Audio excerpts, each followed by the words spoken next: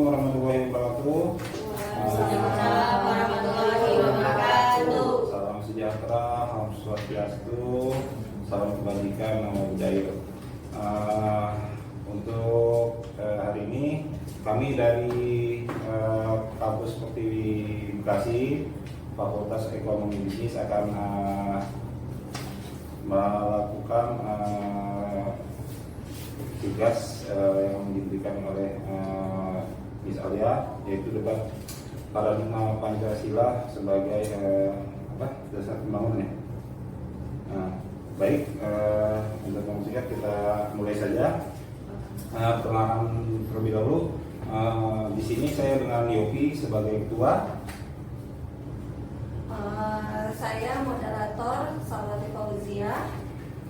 Saya Tika Purnama dari tim A. Saya Indah Liana dari tim A. Saya Asti Yuni ASG dari tim A. Saya Daniel Stiono dari tim B. Saya Indriasi dari tim B. Saya Yota dari tim B. Baik, terima kasih saudara-saudari. Pancasila adalah sebagai fondasi dan paradigma yang menjadi landasan bagi pembangunan Indonesia.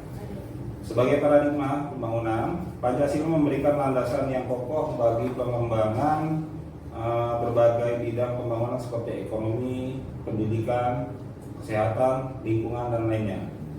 Prinsip-prinsip ini menjadi pedoman dalam pencapaian kemajuan yang berkelanjutan, merangkul keberagaman dan memastikan kesejahteraan bagi seluruh lapisan masyarakat. Untuk lebih jelasnya, kita akan bahas bagaimana nilai-nilai Pancasila tercermin dalam program pembangunan Indonesia dalam debat yang akan kita pandu oleh moderator kita, Saudari Salwati. Baik, jadi ada dua tema studi kasus yang akan kita bahas tentang paradigma Pancasila dalam pembangunan. Yaitu antara lain yang pertama program pengentasan kemiskinan dan yang kedua adalah pendidikan berbasis karakter. Untuk mempersingkat waktu, kita mulai saja debat ini. Kepada Saudari Salwati dipersilakan.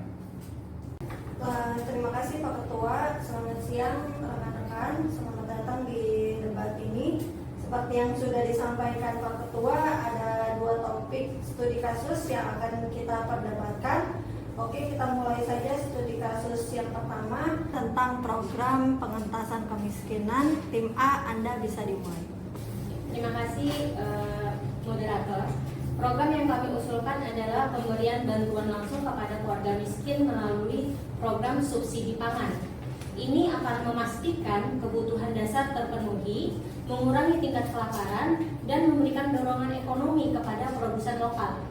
Sementara itu, kami menekankan pentingnya pendekatan berbasis keterampilan melalui pelatihan dan pengembangan keterampilan. Kita dapat memberdayakan individu miskin untuk memasuki pasar kerja ini, menciptakan kesempatan jangka panjang bukan solusi sementara. Namun, pendekatan tersebut memerlukan waktu panjang untuk melihat hasilnya. Subsidi pangan langsung memberikan dampak langsung dan mengurangi penderitaan keluarga kemiskinan dan secara cepat.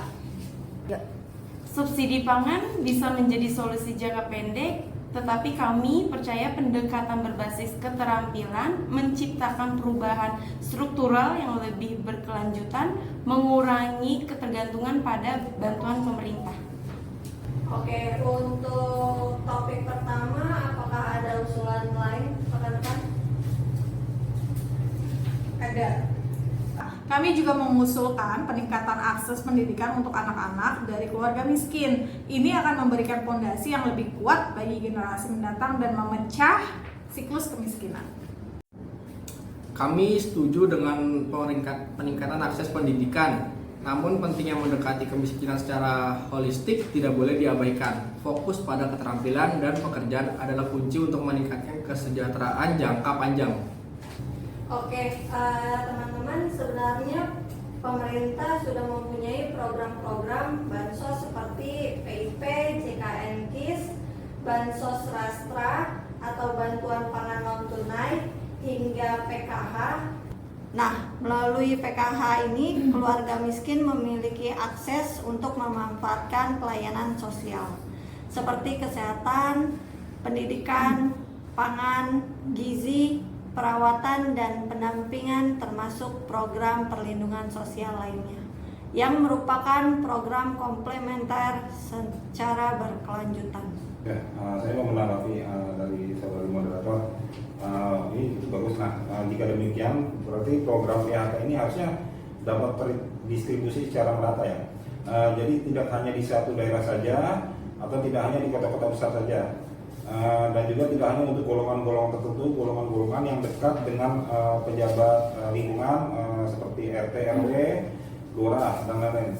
Tapi juga mungkin bisa mencakup sampai ke pelosok. Maksudnya hingga seperti penerapan dalam Pancasila, yaitu sila kelima, yang berbunyi keadilan sosial bagi seluruh rakyat Indonesia. Untuk itu perlu adanya evaluasi dan monitoring terhadap program ini agar bisa tepat sasaran, efisien dan efektif. Oke, terima kasih teman-teman. Apakah ada yang ingin ditambahkan atau ada pertanyaan lain? Cukup. Baik, kalau begitu kita lanjut ke studi kasus kedua, pendidikan berbasis karakter. Tim B, Anda bisa mulai terlebih dahulu. Oke, terima kasih moderator. Pendidikan berbasis karakter adalah kunci untuk membentuk generasi yang tidak hanya cerdas secara akademis, tapi juga memiliki nilai moral dan kepribadian yang kuat. Ini membantu bentuk individu yang dapat berkontribusi positif pada masyarakat.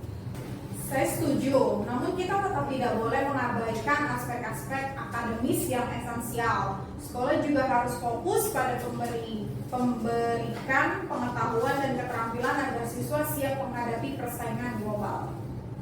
Terima kasih. Bagaimana tanggapan tim B? Pendidikan berbasis karakter tidak menghilangkan pentingnya aspek akademis, namun itu melengkapi dengan menanamkan nilai-nilai seperti integritas, tanggung jawab, dan empati. Ini menciptakan siswa yang tidak hanya pintar tetapi juga memiliki moral yang kuat. Ya, ada yang ingin ditambahkan tim A?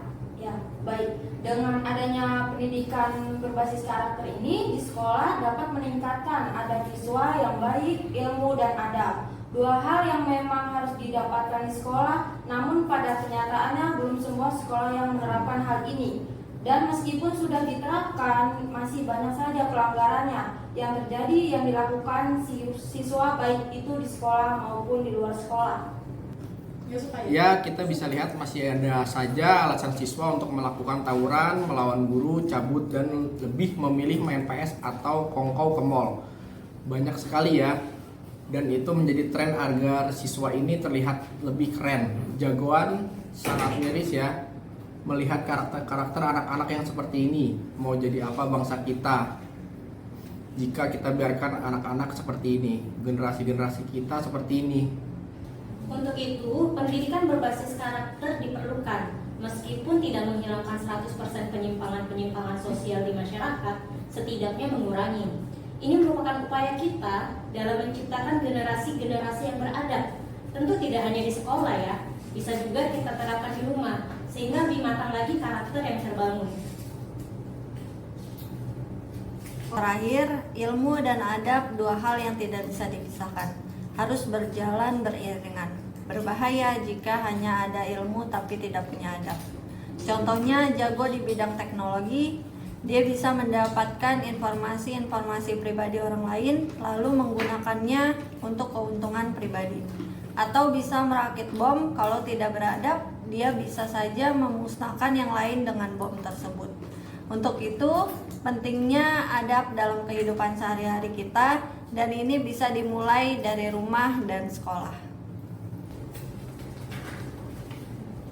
Oke, ada pertanyaan tentang debat kita tentang kasus pendidikan berbasis karakter. Silakan teman-teman, ada yang ingin bertanya? Sudah cukup.